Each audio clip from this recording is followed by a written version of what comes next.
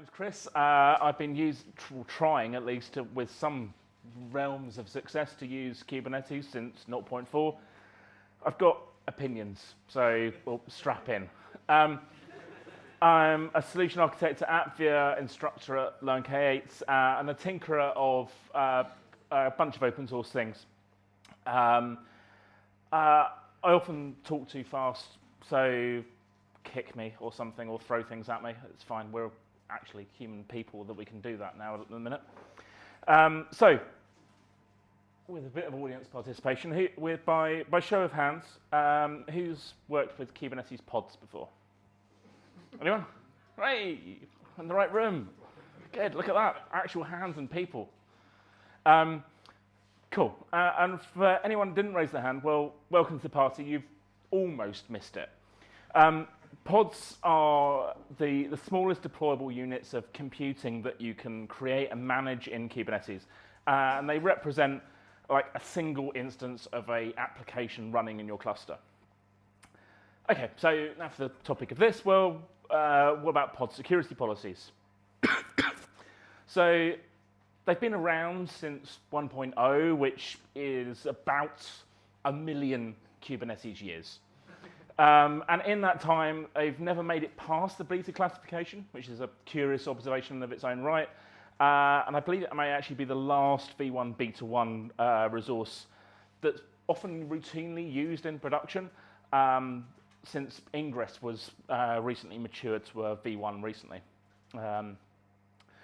However, sadly, that's not going to be the case for PSPs. They were deprecated in 1.21, which was April last year, and will be removed entirely in 1.25, which will be around August this year. So what is a PSP apart from more words than should ever be on a slide? That's better. Well, PSPs give cluster admins, basically in short, an ability to impose some limits on the things that are running in the cluster. So things like being able to run as root, opening ports on the host, types of volume you can use, etc. If you've not seen one before, it looks something like this. So by show of hands, or well, actually put your hand up and actually volunteer an answer, but who could give me an example of what I could do with a container that looks like this, with PodSpec? You can see that without any reflection. All I can see is glare. Go on then. Not much. Not much? It's an Alpine image. It doesn't have anything inside. Not much. You reckon? No, it's you can run it as root, but you don't have tooling inside. Okay. Change that to Ubuntu, and you root on the cluster. Any other answers?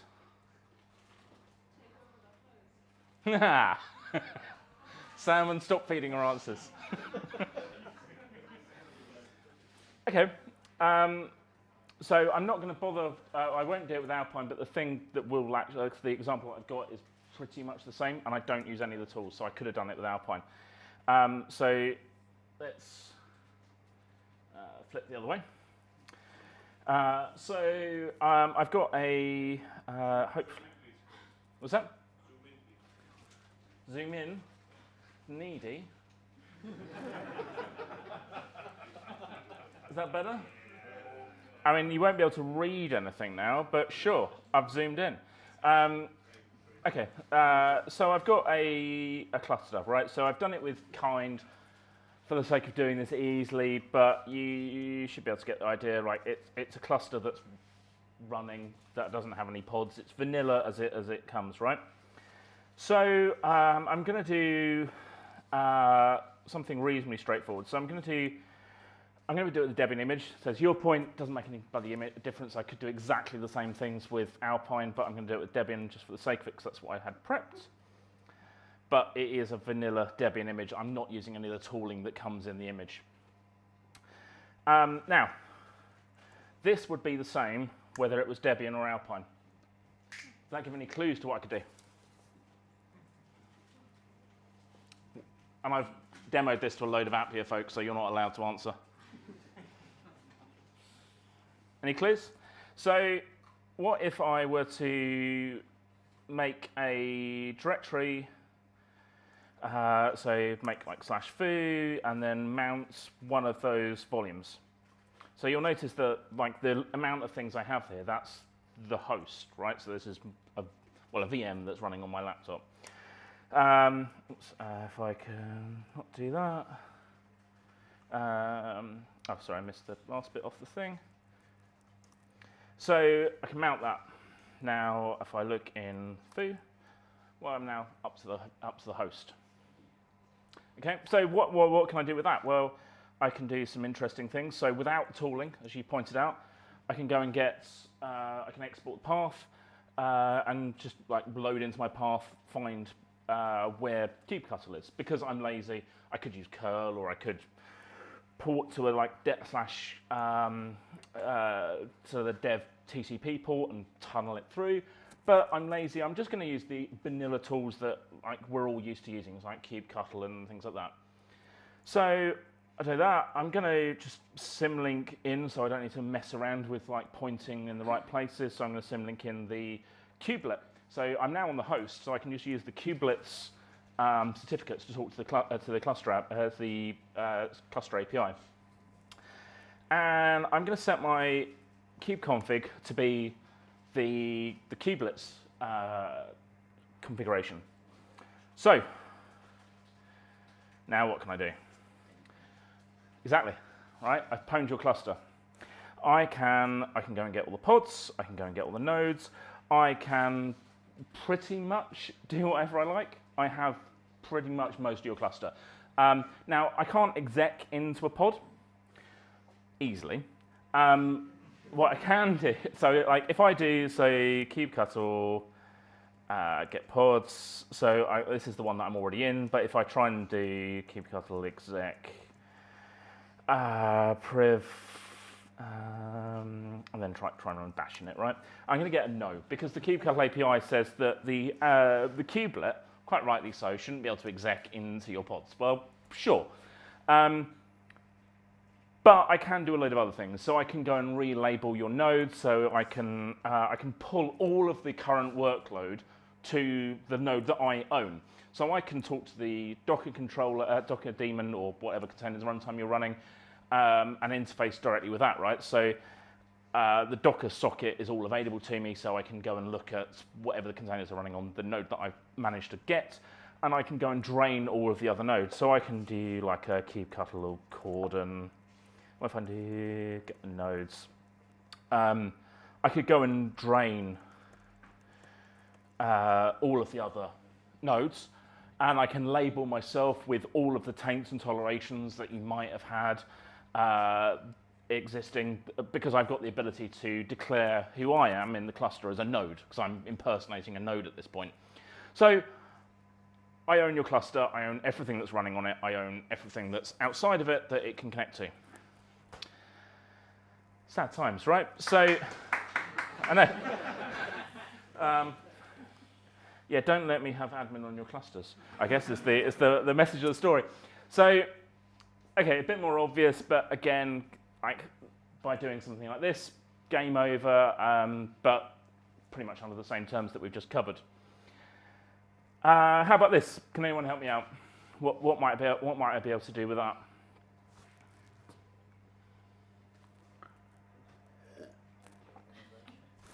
Okay, so I can masquerade as other things to the network. So I could maybe like open up on port 443 or 80, depending on what you're running on your network, and potentially impersonate what might be like a normal ingress service. So if I can boot out your ingress pod that's locking that port, I can maybe, or I find a way to crash that, I can maybe hog that port on the host port.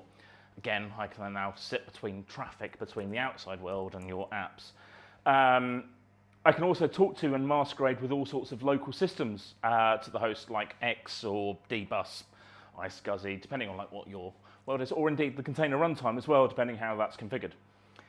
Bit more involved, but ultimately game over after you've basically just jumped through a few more hoops in order to actually get that route. So basically leave any one of those controls in the PSP open and you can be kind of one bad pod away from losing absolutely everything that you own. So PSPs fundamentally sound like a great idea, right? Well, not so fast, bucko. There's a whole heap of usability issues that you might have encountered if you've actually tried to use them in anger. So the policy is based on the user that created the pod, not the workload. And if you've created pods with, say, CI or something, for example, that might require you to have multiple identities to authenticate to the API server with. But fundamentally, when was the last time that any of us actually created a pod and not a deployment or a stateful set or a batch job or whatever else, right? So, well, in that case, the identity creating the pod is the service account of that controller. Some of the parameters aren't simply admission controllers but that accept or reject, but actually do some manipulate, some mutation on the actual pod itself. And that's not clear from the docs.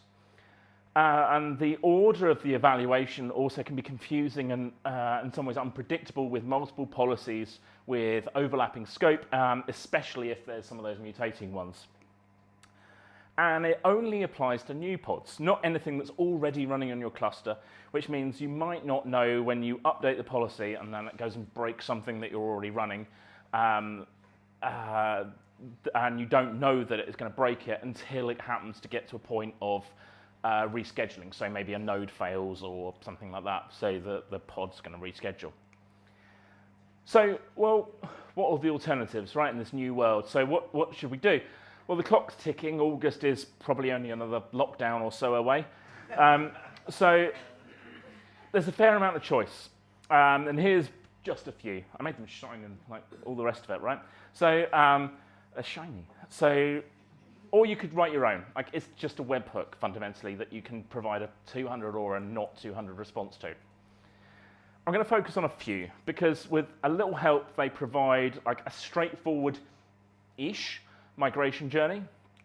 There is an in-tree answer, which is, by which I mean is it's built into Kubernetes. So why am I not just kind of pointing at that, grabbing my drink, and walking off, right? So pod security standards are most easily thought of as 3 rigidly defined, predefined pod security policies. So those are privileged, which is basically anything goes. So it's the same as like not defining a policy at all. Baseline, which is like a middle ground, stops some of the super obvious stuff. Most of your stuff should probably, I'd imagine, probably run at this stage, at this tier without change. And restricted, which is the most restricted policy and stops most things. So you should, I would generally suggest, aspire to run stuff here, but realistically, you'll probably have some issues. So rigid universal policies sound great, and it's super easy to communicate these between teams, test against them, and absolutely no confusion when you're deploying between different clusters. So happy days, right? Well, sadly not. So, and for a few reasons. So ideally, you'd run all your workload at restricted, but like, realistically, inevitably, there'll be some things that can't quite fit. Well, restrictions are applied on a namespace level, and there's no way to grant fine-grade exemptions. So your only option then is to take a massive step down and take that entire namespace down to the next kind of significant step beneath that. Oh, and it's applied with a label on the namespace. I mean, not even like an annotation or an extension of the namespace policy. I mean, for fuck's sake. So what's it good for? Well, the only thing I can see this is possibly good for is if you're a software vendor building products that run on Kubernetes. And if you're mad enough to be in that business, then if you can make your product run in a restricted, then it will probably give you a good head start for whatever unique unicorn features that your customers will have implemented, and demonstrate that you've at least considered the security implications of your product. Okay, so how do we migrate all those old legacy PSPs to something new? Well, there's unfortunately no simple like-for-like mapping. Pod security policy and any of the replacements behave slightly differently, and fundamentally for good reason too.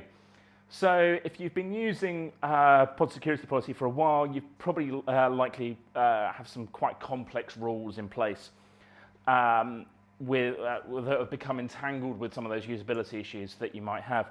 So I would generally just encourage you to take the opportunity to then refactor those and simplify trying to continue rather than trying to continue what you've always done up until now. That said, there has been some work to ease the transition by reproducing the same capabilities and even calling them the same things in some cases.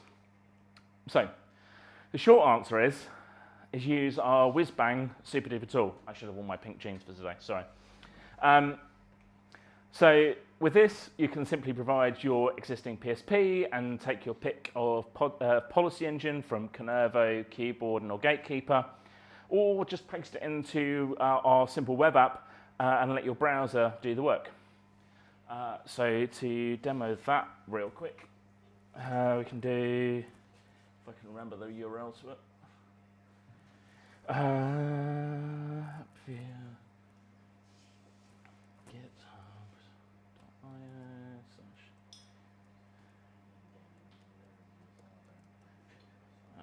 Hang on, sorry. Live demos.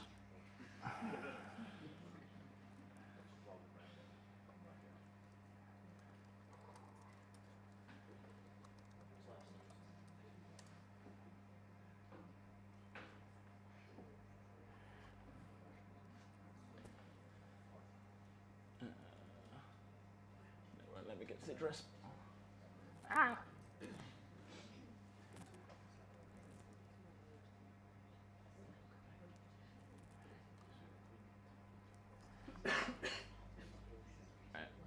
Sorry.